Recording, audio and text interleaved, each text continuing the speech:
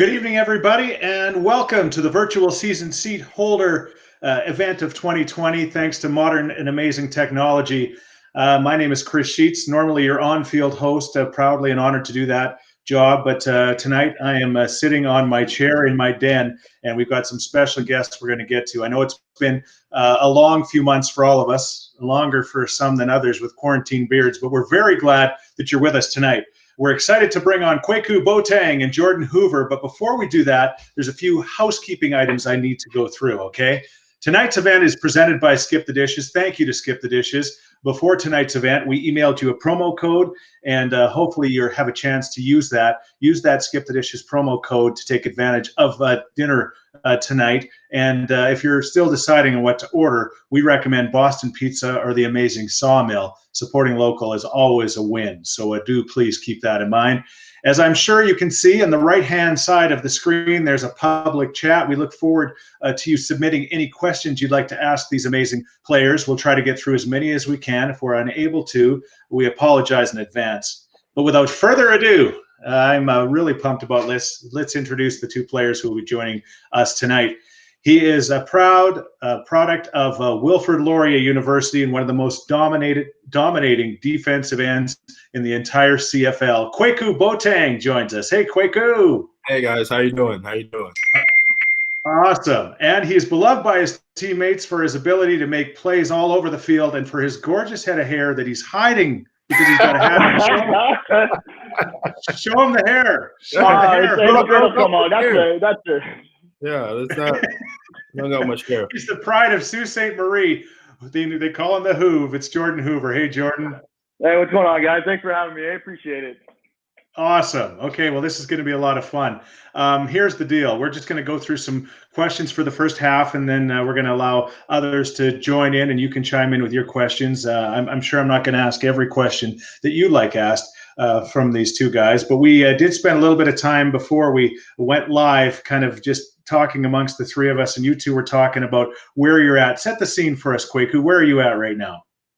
I'm in Edmonton right now. This is my first off season where I stayed in Edmonton. It just made sense instead of going back to Ontario, back and forth every time. And I've decided to enjoy the winter here and see how Edmonton is throughout the year. Okay, well, we had a tough winter. January and February were miserable, and but anyway, beautiful weather now. And I know you'd rather be on the football field, but you get a chance to take advantage of it, of course. Okay, Jordan, where are you?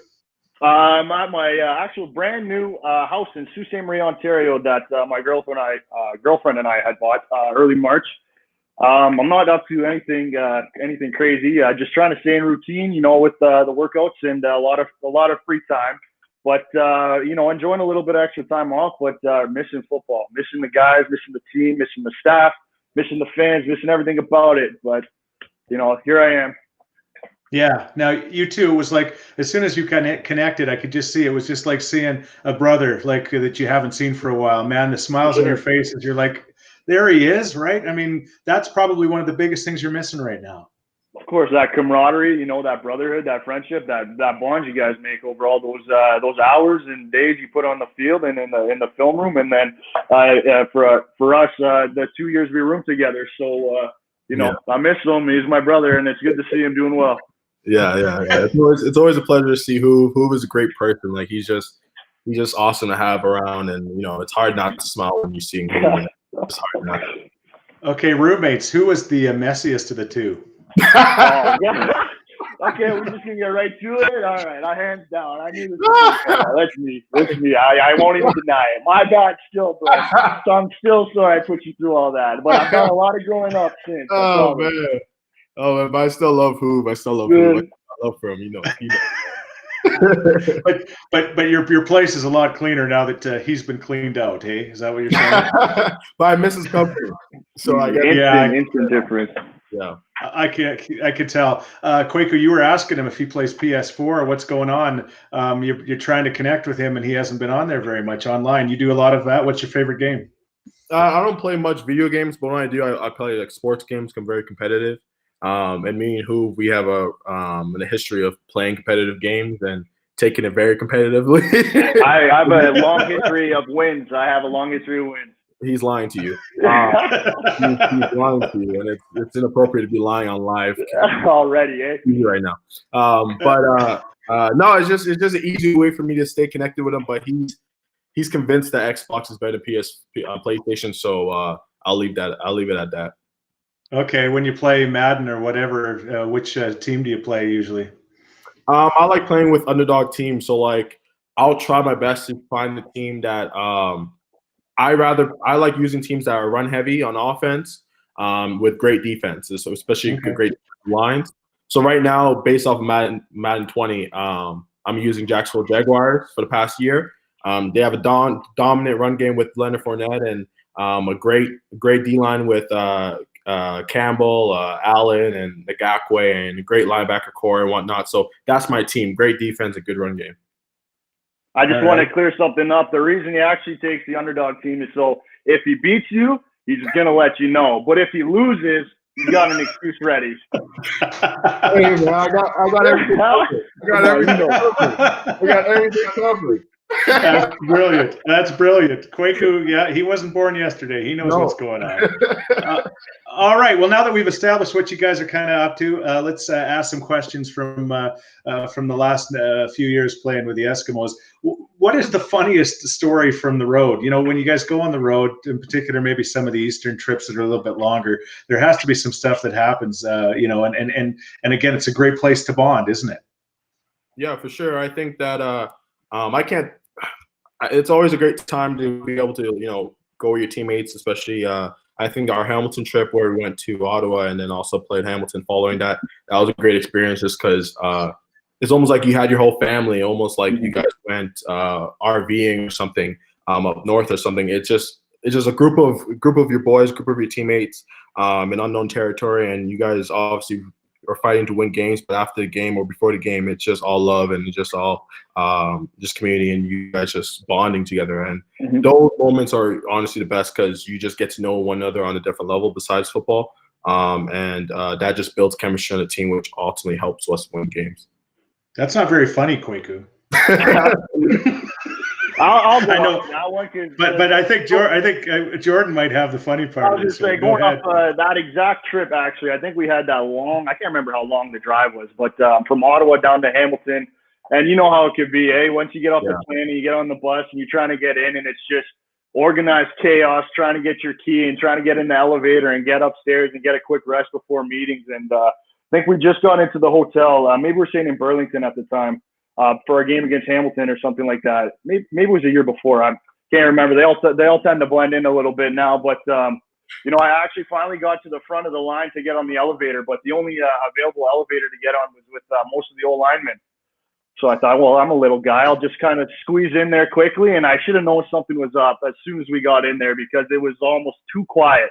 And they're all just kind of standing up against the back of the elevator, all looking up, you know, kind of thing. And I get in there with my bag, not thinking much of it. As soon as the doors close, they kind of do like the party boy and pretend to rough you up a bit in the middle of the elevator kind of thing. And it broke. And we went down. We went down very slowly, and the light was going off. So that was a little panic moment for us. And then we actually had to get like someone working, you know, staff to come and open us from the bottom. But we all had like manually squeeze it. And then the whole team had to use the stairs after that. So yeah, sorry guys, but that's one that really sticks with me. You can't put that much meat on the elevator at once. That's what I mean. I think we were pushing the limit for sure. For sure. That's a great story. All right, what do you guys both do individually? We can start with Kwaku on to be the best at your position. I mean, what are you doing always to be your best? I believe in watching a lot of tape. I think tape allows you just to have mental reps, especially now where obviously we're not practicing or anything. But tape alone, I think is very important. And I always say this in interviews. Coming out of university, I had to learn a lot. I had to learn I pretty much had to relearn how to pass rush, so I could be effective in this league.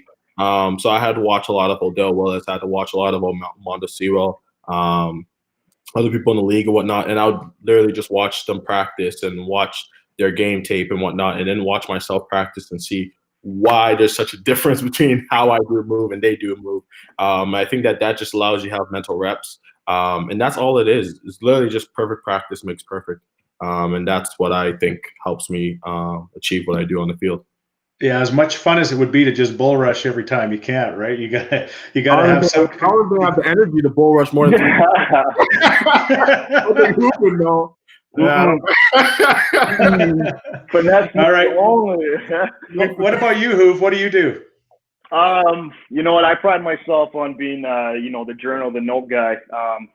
There's going to be a time on the field where, you're going to get beat physically. The guy across from you is working hard. He's getting paid to play, and he's out there to make a play too. So one thing I won't let happen is let you beat me in my playbook. So I pride myself in obviously the game film, but I guess it comes a little bit with the position being safety, and you kind of the other DBs around the field are kind of looking you for direction.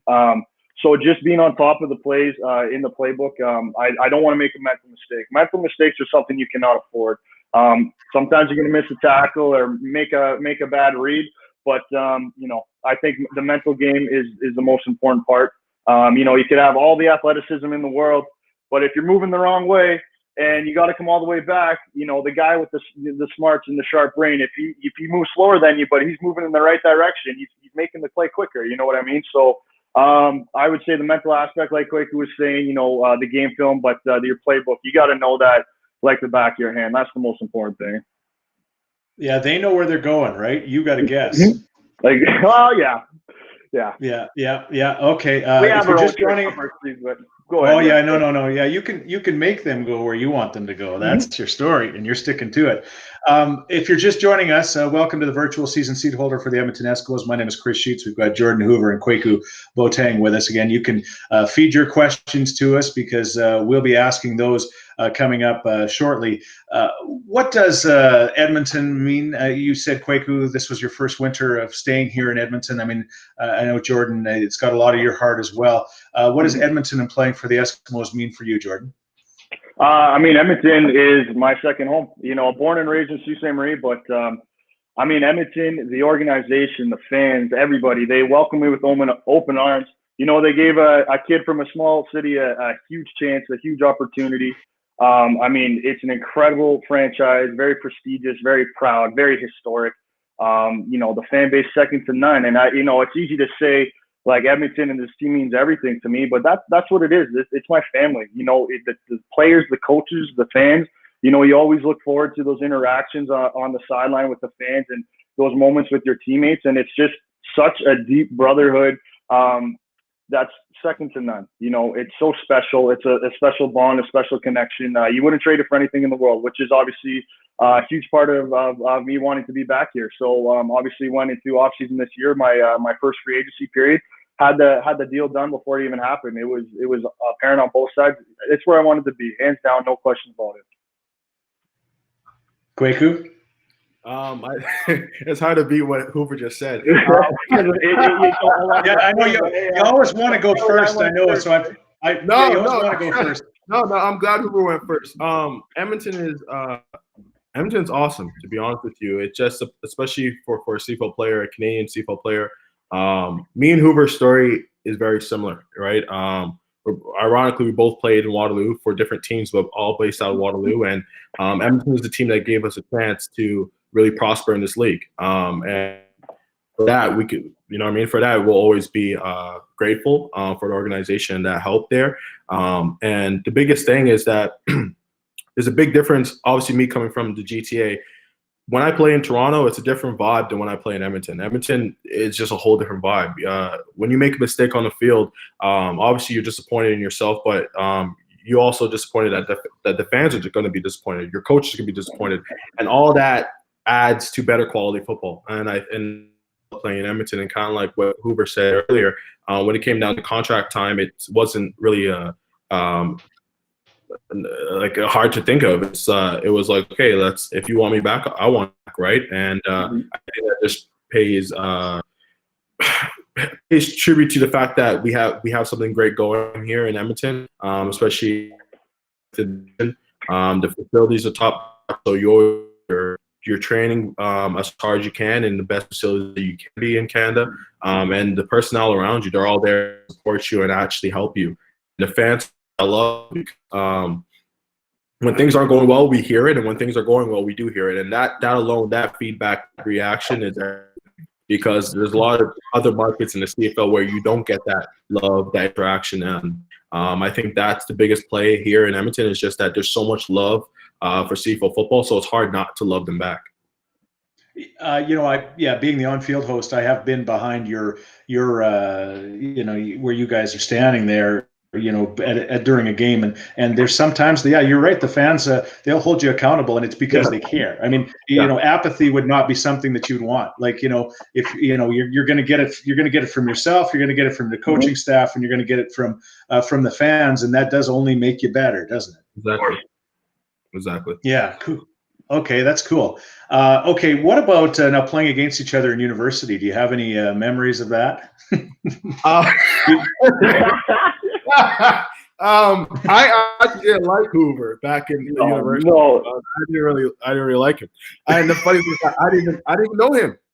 I didn't know him at all. Like, all I knew is that he was a good DB for Waterloo, and I don't even know why there was resentment. It's just that he played for Waterloo. It was like a weird time. Like, you're so passionate about your own colors and your own school. Like, I mean, at the time, like, he's playing incredible football, like at an extremely high level in university. But someone asked me what I thought about that guy. He's all right. You know what I mean? But I would expect the same, because that's our biggest rival.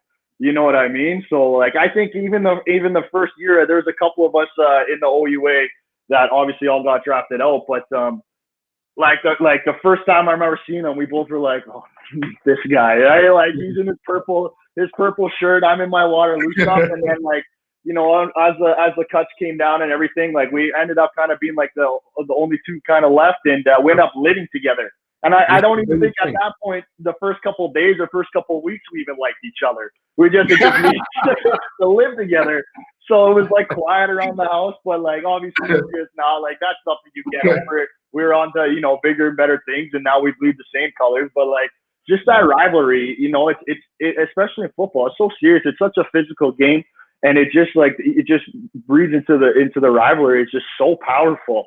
Even to this day. And, obviously, like, we have a couple more Golden Hawks on the team, and I'm still rooting for that one other Waterloo Warrior to come through my way, because I'm getting outnumbered. But rivalries are good. It breeds excellence. For sure. It's funny, though, that you guys play on the same side of the ball. Like, normally you'd have like this rivalry with somebody that played, maybe, was a wide receiver or a running back or something like that. But you had this hatred for him, even though you played on the same side of the ball. It's not like you guys ever hit each other. No. It's just straight competition, just straight. And that's why me and who we relate. We're just so competitive that that alone, we're just we get each other on that point.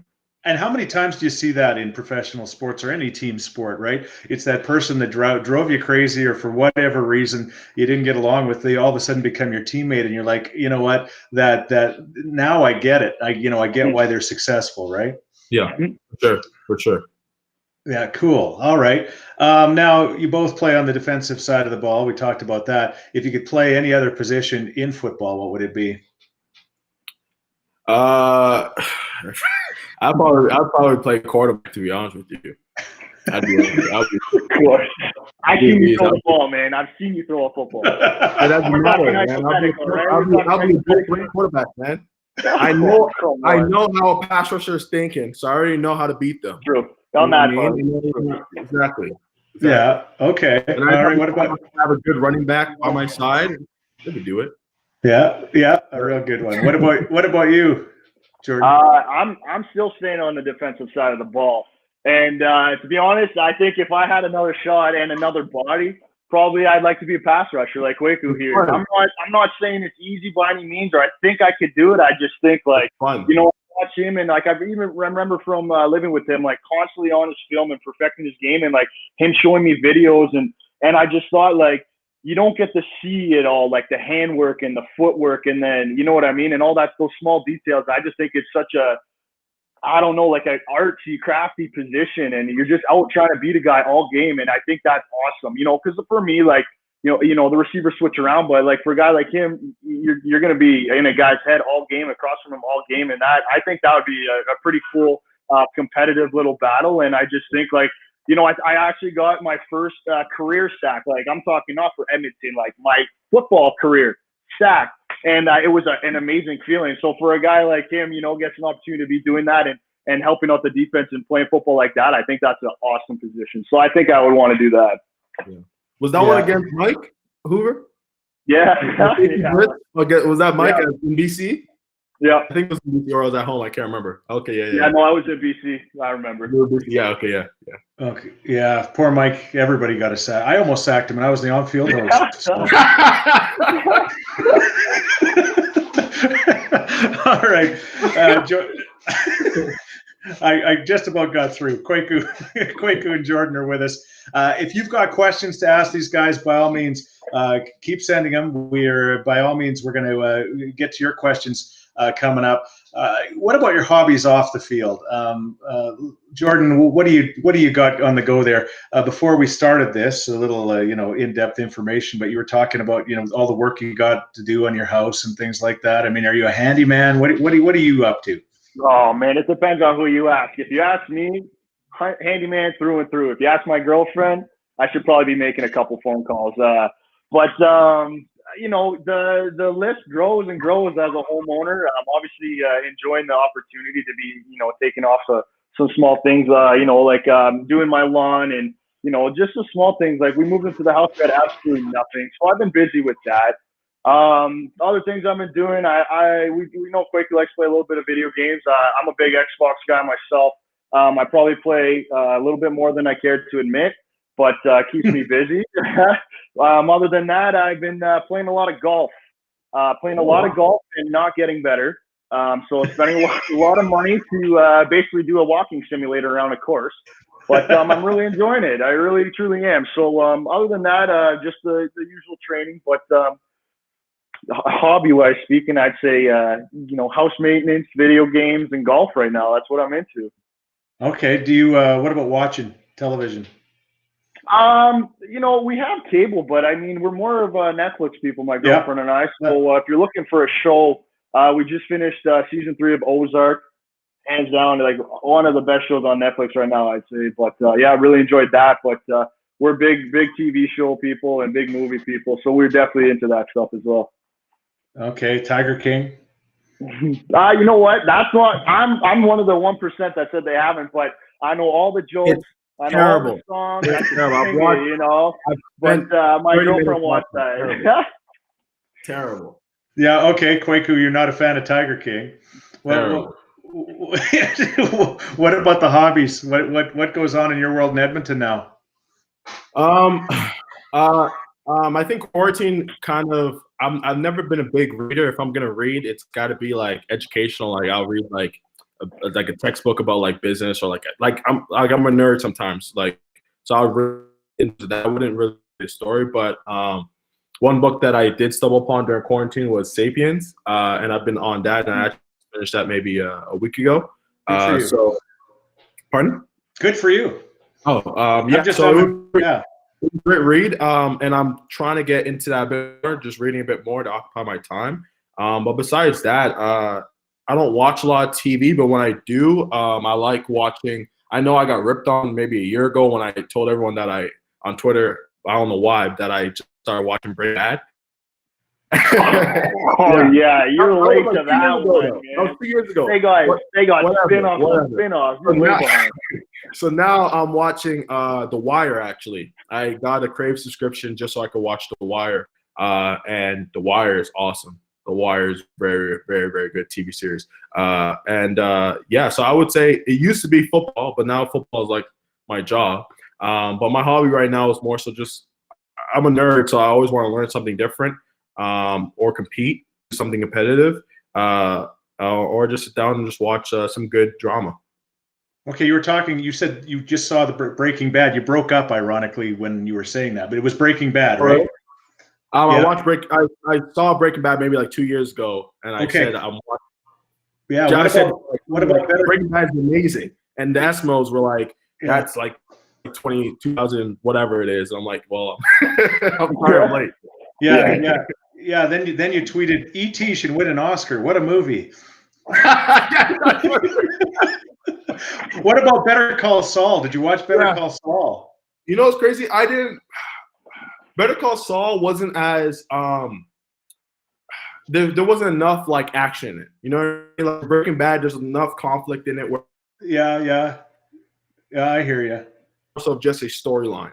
It was just a story. It was a prequel, obviously, but it was more so just to know Saul before he became Saul. So it wasn't as good as Breaking Bad, but El Camino, whatever, if I pronounce it, that was a good movie. But I also like that character a lot. So okay, I'm telling you to give Breaking Bad another chance because not Breaking Bad, Better Call Saul another chance because I loved Breaking Bad and Better Call Saul. I don't know, it does heat up. It heats up. You'll get enough gore in it. You should check it out if you got time. What about like when you're Kwaku, you're in Edmonton, or Kwaku, when you're in Edmonton, are we going to see you? You know, are you in the River Valley doing anything? Are you running the stairs? What are you up to? I'm a big homebody. Hoover would know. Hoover, especially our first year. If I'm paying rent on this place, I'm not going outside.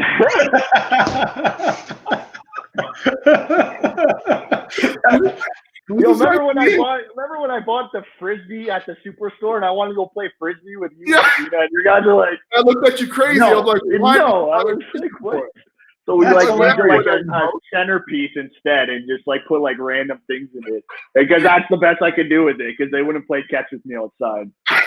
Yeah, especially for Hoover was like almost like having an oversized dog that always wanted to go out and play and enjoy the sun. I can't sit still for long. I'm that grumpy grandfather at the house that doesn't want to leave the house at all for whatever reason. I'm just, you know what I mean? I don't know. Like, I just enjoy being at the crib. I enjoy being at home. Obviously, I like side and whatnot, but yeah, I'm a big homebody, and I think Hoove knows firsthand how annoying that could be. I love that line. If I paid rent, I'm gonna stay here. That was direct quote from this guy up here. You must have loved the quarantine. Like seriously, he's like, yes. A lot of close I can just picture you. You mean I don't have to go outside? You know.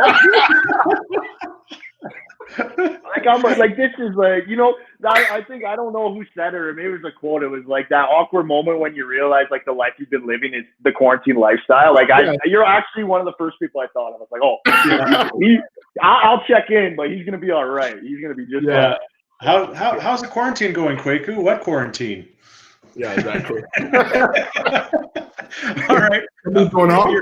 You're talking about paying rent. This one just came to me too. What about pizza comes to the door? Skip the Dishes comes, or maybe they come with Boston Pizza or Sawmill. And which guy, when you guys were roommates, was most likely to go, I got it this time? I think we were pretty fair on that. Yeah, I would say that too. Yeah. But if it was the person ordering it, it was probably me. At the time, I wasn't that much of a chef, but I had a lot of free time going on now. So if I'm doing any reading, it's cookbooks right now. We're going to get to your questions, so keep them coming in. Looks like we got one here. Do you get nervous before games, guys? What about you, Jordan? Oh yeah. One thing, I had said to me early on in my career is like being nervous is good. Nervous to me means I'm going to go out there and do great things. What's important is just like not getting in your head and letting them get the best of you. But nerves are a natural thing. And if I went out there saying I'm not nervous, then, like I shouldn't be playing the game. You know what I mean? It must not feel the same way, but nerves are a great thing. I think just depends on how you handle them. Are you going to let them control and dictate what you do out there, or are you gonna let them use that energy and that tenseness and go make some plays? So one thing I like to do to calm my nerves, I think I like to listen to music and go and get like a good healthy long stretch before the game and just like kind of take in the atmosphere and just try and control that. And, and just remind myself that like, this is a game, it's a game and there should be no stress. But obviously, like the thought of, letting your teammates down, your coaches, the fans, representing the name, on the front of your jersey, the back, and making a mistake. Well, you know what? Mistakes are going to happen. What do you do to fix it? How do you respond? So, like I said, nerves to me, great thing, but you got to be able to know how to handle them. Kwaku, before we get to you, Jordan, you said listening to music. What are you listening to right now? You know what? I'm going to be the generic guy and say anything. So right now I got Spotify, Rap Caviar, play, let it go through, whatever comes up. But I'm more of a mood guy. So, I'm cooking dinner, I'll put on a playlist. So I'm kind of embarrassed to say, like, I don't have a deep music knowledge. Like, I can't remember names of songs, just lyrics and tunes and stuff like that. So honestly, you put something on, I'm going to sing along or dance along and just enjoy it. I just love music. I just can't remember the names of songs very well. That's all right. All right, Kwaku, we'll get to that question, but before we get to that, how nervous are you before kickoff? I used to get really nervous, especially the first year. But then I think nervousness turned into more getting anxious for a game. Of course. Right? And it's like kind of like what Hoover said. So I started realizing that, yes, it's a job, but I've been playing this sport for a long time, and it's been fun. It's just been a sport for a long time for me, right? So if I get in my head, think, oh, there's a job, this is like a career and everything, then like it's gonna really like get in my head. But the way I look at it is almost like getting ready for an exam or a final exam. It's not really different in mine. It's more so like obviously you're gonna be nervous or anxious, kind of like who said. If you're not, then then maybe right. then I can't help you. You know what I mean? If you're not feeling that, it's a good the feeling. It just reminds you that you're alive. You know what I mean? It reminds you that you really love this game, and like I think it transformed to more of an anxious feeling, where now it's like I'll put on headphones, I'll listen to my chill beats before a game, whatnot. But at the end of the day, kind of like going to the exam, I know I prepared myself confidently, so that makes me confident. When I go on the field, I'm confident, but I'm anxious. I'm anxious because, it's a thrill. But I wouldn't say it's nervousness anymore. So I got to the point where, especially last season, me going third year, it transformed to just being anxious rather than nervous. Okay, and what are you listening to? I listen to a lot of R&B and hip hop, and I listen to music. I love music. Like I'll go to bed, I'll wake up. Music is always on. Like I'll always have music on. And it's just like what Hoover said, I might have something going on pregame. It's really up in the air. I can go with rap. I can go something more upbeat, or if it's a serious game, ironically, I'd actually go with a more chiller vibe. I'd go with R&B, something just to calm myself down, remind me that this is nothing special. Just remind yourself that again, it's a game, and just go out there and enjoy yourself. I believe I play my best games when I'm just free and confident and enjoying the process. Okay, we're talking about you guys, and what or do you get nervous or anxious before a game? And do you see people that necessarily look like their heart's barely beating before they start? I mean, Ricky Ray was one of those guys. I remember, on the sidelines, it looked like he was just so calm. Even he was calm in the pocket that way.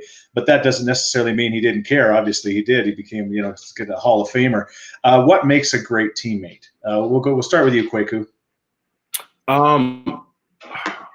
What makes a great teammate? I think Hoover is actually a great example of that. Someone that, like a lot of times if you watch the tape, like you'll see Hoover picking up his teammates from the ground, whether the teammate missed a tackle, made a tackle, whatever it is. If someone's on the ground, he's picking them up. And those are the little things that you can kind of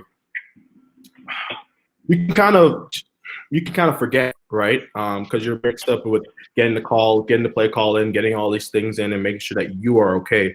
But at the end of the day, it's a team sport, right? So little things like that, little gestures like that, helping your teammate out, and being someone there to be available on and off the field, right? And I think that's what makes a great teammate, just someone that you can rely on and off the field. That's everything. Who? So I must have lost everyone there for a sec. If the question is being directed to me, when I have teammates, I want these teammates to hold me accountable. I want to surround myself with like-minded people that are driven and, committed and dedicated. And I want them to make me a better teammate. I want them to help me grow as a player and as a human. So thankfully, everybody that's wearing green and gold is that type of teammate. Everyone's had, tough teammates to deal with things like that, but I'm obviously happy to say, especially in Edmonton, we have some of the best teammates across the league. Couldn't ask for a better group of brothers to play with. So obviously, to go on what he said, just people that are there to see you succeed and do better and wish good upon you and help you get there and promote you and like I said, just help you grow as a person, a player. Those are special teammates to me. And obviously, Kwaku, you're one of them, and I could go through each and every position across the board. And obviously, so thankful. You don't get here on your own. Football is not an individual sport by any means. You know what I mean? You got to have 12 guys working in unison, and to have a connection with all 12 guys, that's something special. If you're just joining us, again, thanks to our good friends at Skip the Dishes. We are doing the virtual season seat holder event of 2020. The season seat holders, of course, the Edmonton Eskimos. Man, we love you, and the Eskimos are excited to do something like this for you because, of course, the situation, it's kind of the way it is, but I think this is working out pretty darn well. Talking about great teammates, an extension of that is your own wind beneath your wings. Who are the heroes in your life, Jordan? Who is that, maybe that one role model or hero that got you to the point that you're at in the CFL? You know what? I'd be doing a disservice to a lot of people if I could choose one. Again, here I am, the guy with the generic answer, but my family, through and through, those are the ones there for you from day one. I have, I look up to my older sister, Brittany, and I have actually, I don't know how many people know or if it's common knowledge, but I have an identical twin. His name is Brock. Those two, I grew up with them, they're everything to me, and my mom and dad and my stepmom and my stepdad, and my girlfriend, these are the people I get up for every single day. And, these are the people that gave me the resources and the avenues and everything I needed to be successful. And, it'd take me a lifetime or more to give back and pay it back to them. And I'm forever indebted to everything they put into me and just believing in me. So I can't choose one, but if I can encompass it in one umbrella, my family through and through. Does your brother or your identical twin brother play football, or did he play football? Yeah, but it's going to be crazy to say, and I still stand by. I would say he's a better football player than I am. We went to the University of Windsor before I went to the University of Waterloo, and that was his last year playing football. Injuries and other things and stuff like that. He made a difficult decision, but just having that opportunity to continue to play, and then just seeing how determined he was for me to succeed. I mean, twin, special connection, man. I'm not going to lie. But, phenomenal football player.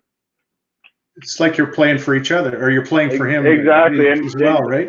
Right. And one of the unique things growing up was he was on the offensive side of the ball. So my parents loved going to watch the games because they always had a kid on the field every time they won. And that obviously, how competitive we could be. That turned into backyard drills, into backyard brawls pretty quickly. But just so thankful for them. They're everything, my family. It'd been like the old CFL days when guys played on both sides of the ball. Everybody would have assumed it was the same guy, right? Cool. Mm-hmm. All right. What about you, Kwaku? If I had to narrow it down to one person in terms of football, my success through football, I would say probably Joe Luciani. He was my grade 10. He was my grade 10 coach, and it's sad to say that he passed away maybe 3 years ago. But he was the person that I never really wanted to play football. I played just because my friends played football. My family friend encouraged me to play football in grade 9, and I played wide receiver. And then he saw me. He was a new head coach for me when I went to grade 10, and he actually encouraged me to switch to play defensive end because current Laurier player who actually went to play in Montreal Alouettes following that. But he's like, you remind me of Chima. You have the length, you have the arm length, the speed, defensive end specifically. And I was because the previous year I led the team with reception 4. I still need to see this game film, man. I've been asking for I'll pull it up. I'm gonna pull it up, man. I'll be waiting for it. I got 1 touchdown during a preseason game too. But yeah, Joe Luciani, he just saw something in me that I didn't really see in regards to football. And he's like, I want you defensive end. And I fought him against it for a bit. But we said after the first sack I've ever gotten in grade 10, I was like, wow, this feels amazing. Like, I don't want to play a position besides having to take care of the running back and the quarterback, nothing else. Like, that's all I want to do. And ironically, he is a big Laurier alumni. And when it came down to picking a place to go to accept a scholarship at, it was Laurier. And I don't have to sit here and tell you my story through Laurier, but I loved that time there. And I think that my high school and college and ultimately in CFL is just thanks to meeting him and thanks to him encouraging me and him being around throughout that whole process up until he passed away. So he'll always have a special place in my heart, especially when it comes down to influential people in football for me. Amazing. Yeah, you're like the first time you sacked a quarterback, you're like, oh, I get to really hurt him. I like this. Yeah. Okay, Jordan Hoover, what is your biggest personal achievement so far in your life? Ooh, that's a tough one, and I'm gonna stay away from football on that one. To me personally, I think graduating from the University of Waterloo was one of my biggest personal achievements, and more recently, just buying this house.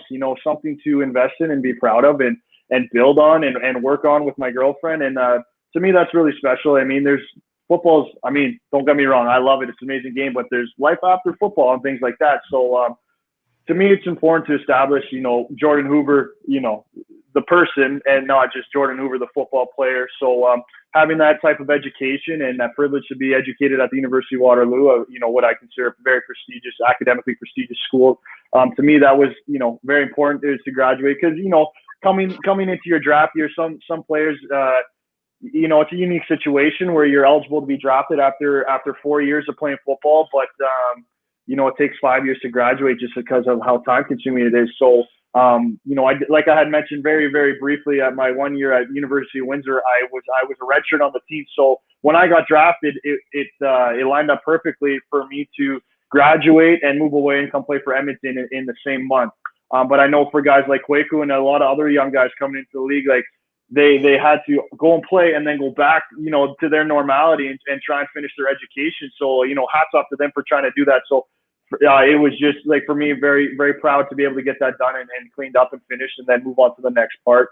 And then, just so a milestone like that, I think for sure. Good, I mean, nothing, too glorious, but to me, it's humbling and I am proud of that. Cool. Kwaku? Funny enough, it's similar to what Hoof said. Yeah, after grade 10, after I made that position switch and had someone believe in me in terms of football, I also believed in myself and academically. I think I've always enjoyed school, but I never enjoyed putting effort into it until grade 10. So that whole year for me allowed me to change my perspective on things, and football has helped me a lot in terms of just helping me change my mindset. And because in Canada, we all know you can't get a scholarship to play football unless if one, it's in university. It has to be a university setting. You can't go to college for that. And two, you have to have an 80 average or above going into your freshman year. So there's a lot of things that you have to tick off before you can actually use football to help you go through school in Canada, right? And I think that also is great because now it forces you to be a student athlete. So I think one of my biggest accomplishments was just transforming myself or changing. That has to do with meeting coach. Kwaku's breaking up a bit. I think he may be. Oh, there he is. I'm breaking up. Sorry, you're breaking up. Can you hear me now? A little bit too much of your data plan on the wire, maybe. But yeah, I think that grade 10 just allowed me to refocus on what's important, and that was school and football. And I think that really helped me epitomize what it meant to be a student athlete. Until this day, I'm always trying to find ways to empower and encourage other student athletes to really you don't have to choose one. You could be both. And that's one of the things that I think I'm most proud of, that I was able to maintain being a student athlete throughout high school and university. Cool. Yeah. What a life changer, eh? Like, as we call it, the TSN turning point, going from grade 9 to 10 and playing football and realizing that you needed to do the education stuff too. What a great thing for you. And it's got you here today, which is awesome. I got a question from Violenza, who wants to know, they want to know who has the smelliest locker on the team. Oof, I can't say about Smelliest, but I can tell you has the most disorganized. Messiest? Yeah. Mums is definitely up there, but he's Yeah, I was gonna say Mums or Argent. I don't want to tell nobody else, but I'm not, you know, most guys could contain the smell in their locker, but I'm sure Pops would have someone else to say about that. I don't think anyone in the locker room is going to allow you to have a smelly locker room, because then that affects everyone. I don't think your locker buddy will, like the person next to you on either side, will even let you have a smelly locker. You're messing up their life, right? So yeah, because I'm going to let you know, man. I don't want to smell that. Yeah, exactly. All right. Yeah. Kevin wants to know how you're preparing for the season with the ongoing pandemic. We'll start with you, Jordan. You know what? I'm a big, firm believer in just controlling what you can control. So, you know, as we kind of navigate this unprecedented territory for everyone, and you know, going through closures, and then now we're kind of all reopening up. Just trying to stay on schedule. You know, I went through a couple different types of workouts and trying to kind of figuring out what works for me during quarantine. You know, I have a phenomenal trainer here in Sault Ste. Marie who I'm very lucky to have met this off season, and working with him closely, and just him keeping me motivated. You know, I'd be lying if I say it's not tough at times, you know, with the uncertainty of everything, but I train like I'm going to get the call tomorrow, you know, and just trying to stay on routine, you know, get up, eat your breakfast, go put in the hours, then come home and do something else, you know, watch a little film, things like that. But trying to stay busy by trying to keep, you know, same routine. You know, I love to sleep, and I'm trying not to sleep in every day. So I try and get myself up and just keep rhythm, and just pretending and keeping my mindset like I'm in Edmonton, even though the tallest building in Sault Ste. Marie is like a 5-story apartment building. But just finding rhythm, keeping the faith, and just staying in touch with the guys, and just reminding each other you're all in it together, and just keep pushing forward. Kwaku? Yeah, luckily I'm in Edmonton, so I have some teammates out here. Kubina Sari, Blair Smith, Mike Moore, all people that are passionate about the game and passionate about staying in shape and being on and being ready. And so with that, we've been doing a lot of on-field workouts and just a lot and conditioning. So in terms of being in shape, that's one priorities right now, is just being in shape. And then when we do get that call, when gyms do open and whatnot, then we're able to add that weight and whatnot. But one of the most important things for us right now is just staying in shape. Another thing is just watching tape. Again, like getting those mental reps in, and watching game tape, and just seeing whether you can kind of guess what play is going to happen based on the formation or whatnot. Just things just to keep your mind sharp in the game, even if you can't fit to game shape now due to all the restrictions, you can definitely work on your mindset so you're ready when you get that call. All right, keep the questions coming. Again, we're going to be going until 7 o'clock. Jay Voss asks, who's the toughest quarterback in the league to defend against? Jordan? You know what? We have some elite quarterbacks in this league. You're proud to say it. But for me personally, I'm going to go with Vernon Adams. I mean, as a safety, watched a lot of film on him. He's got a great arm.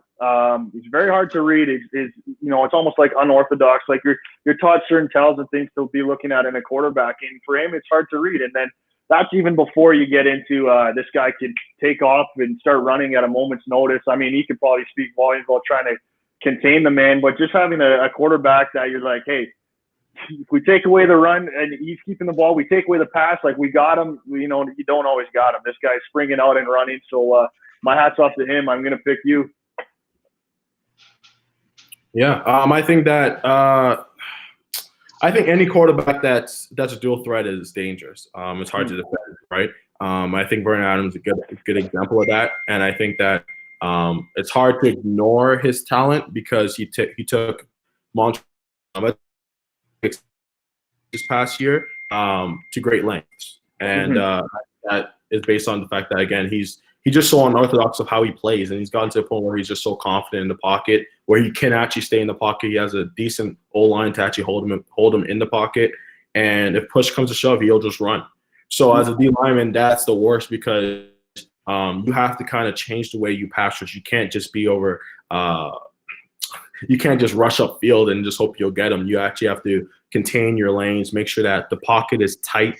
Even if he's staying in the pocket, at least make it tight and make it hard for him to pass, so Hoover and the other DBs can have a better chance of possibly knocking the ball off or picking the ball off. But I think any quarterback that's a dual threat, especially in the CFL, it's hard to go up against. All right, cool. Kevin just asked favorite restaurants to go in the city, or I guess to order on Skip the Dishes, as we again thank them for sponsoring this tonight. I'll lead off with that one. Cactus Club. If I'm feeling fancy, it's Cactus Club. But you know what? I'm not gonna lie. Who's got the dollars? Who's got the dollars? But one of my favorite food spots in all of Edmonton was La Chiche, the shawarma place just off of Jasper there. My roommate from my third year, Mark Mackey, can attest to that. I mean, I would have to be hiding the containers from him how often I was eating at that place. Probably like sweating garlic out of my pores. But that if you haven't tried it, that's the place to be. I think you got to try it. But that would probably be my favorite food spot. For me, it would actually be, if I'm gonna order off Skip the Dishes, it's usually something. If I'm gonna order Skip the Dishes, it's got to be something greasy, right? It's got to be. But I actually, I'm not sure whether you remember who. We went to Boston Pizza one time, and I got the Viva Italian pizza, whatever. You might not remember because you didn't get it, but I got it, and that was one of the best pizzas I've ever had. And so whenever I do order from Skip Dishes, if I can, I'll probably order from Boston Pizza and get the pizza. Just spicy, just perfect for me. So, yeah. Okay. Nobody wants to think about this because you guys are just in the infancy of your football careers, but we've got a question from somebody saying, what are you doing to prep for life after football? Kwaku. Kind of like what I was touched upon earlier. I pride myself in being a student athlete. So I'm always trying to, even though I'm in school right now, I'm always trying to be a student of something, learn something new. And I'm great that I have a backup degree, honors BBA, and I focus in accounting and economics. So I guess theoretically I can go into a lot of different fields with that. So that's always, so yeah, who? I'm actually, one thing, and this is advice from him, is you got to get the ball rolling. You got to have them crossing over each other. I can't have football end and then my next part of my life start. So for me, if the unthinkable, the unfortunate thing happens and we don't have a season this year, I'm gonna try and use this time productively. And I'm very passionate, like trying to get a job in like the workforce, like firefighting or policing or something like that. I just want to like help people, you know what I mean? So I know with a job like that, there's a little bit more schooling involved and like a little bit of travel to go and stay and do like a little bit of like hands-on schooling. So I'll take advantage of my time like that and hopefully get that under my belt. And then, if it's a waiting list or something like that, I got to be placed on and then continue my career. Admittedly, I haven't thought much about it because, you think in your head as soon as you start thinking that your career is kind of coming to a close, but it's very smart to have plans for life after football, whether, an injury claims you or, something like that, or you choose to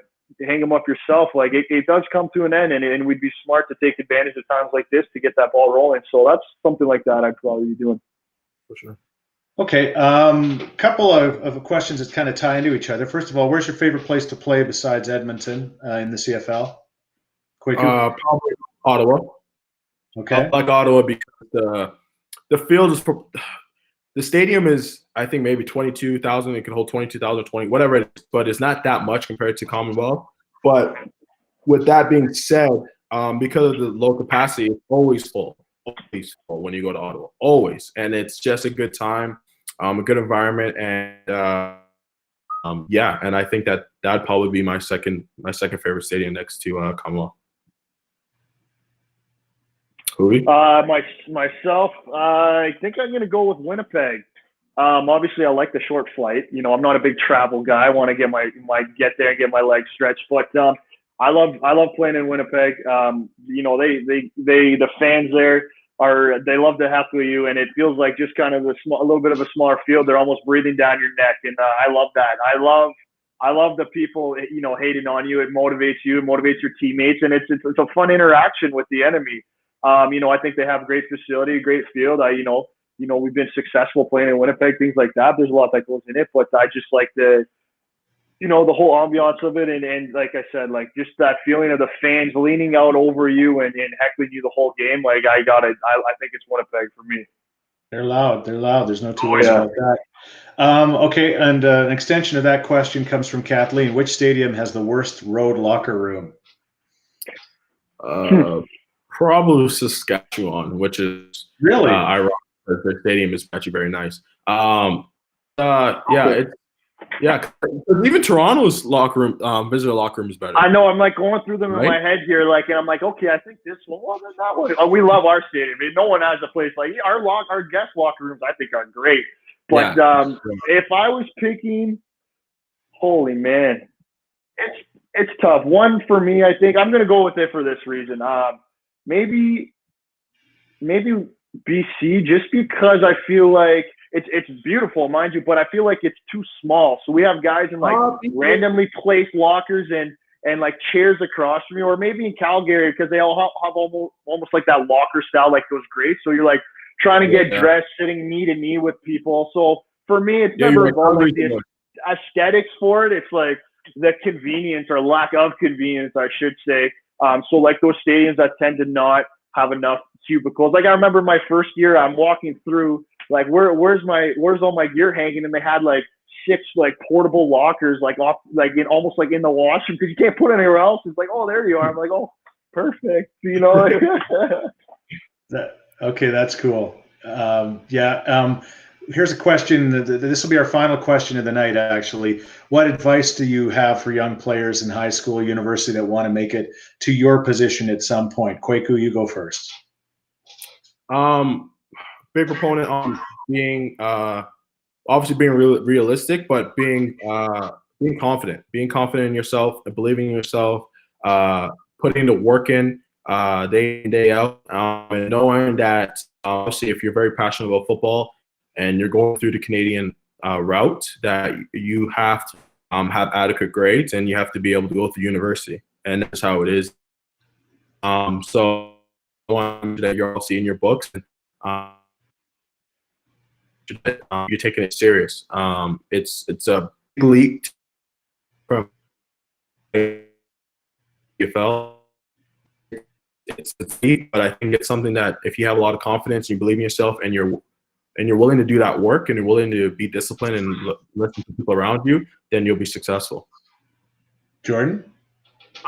Great advice. I'm just going to keep going on top of that without trying to repeat much of what he said. Get comfortable being uncomfortable, man. You know what? And there's going to be a lot of people that doubt you, you know, everywhere you go, you know, teammates, things like that, enemies, opponents, you know, people that, you know, there's going to be doubters everywhere. And you know what? Don't ever let them be right. You know, only you know you best. And don't ever let someone take that fire in your chest and your passion for this game and your love for this game away from you. Only you can control that. And you know what? There's, like I said, there's going to be people doubting you, but when you're given an opportunity, you see it through right to the end, man. Like, don't live with any sort of regret. Put in the hours. You know, there's more to, like, you got time for all that social stuff later. Like, if you want this, you work for it. I mean, we're not going to lie and say it was easy to get here, but just keep fighting, keep digging, keep moving forward. You know, and it's okay to take a step back, but just keep pushing forward. That's the best thing you can do. And lean on the resources that are available to you. Like, you know, great teammates, great family, great coaches, use those, and like, do the extra work, and just never, ever give up. Don't ever give up. Awesome. You know what? This has been great. Thank you to everyone who's joined us. Kwaku, just 15 seconds to say anything you'd like to say. Just thank you to all the fans.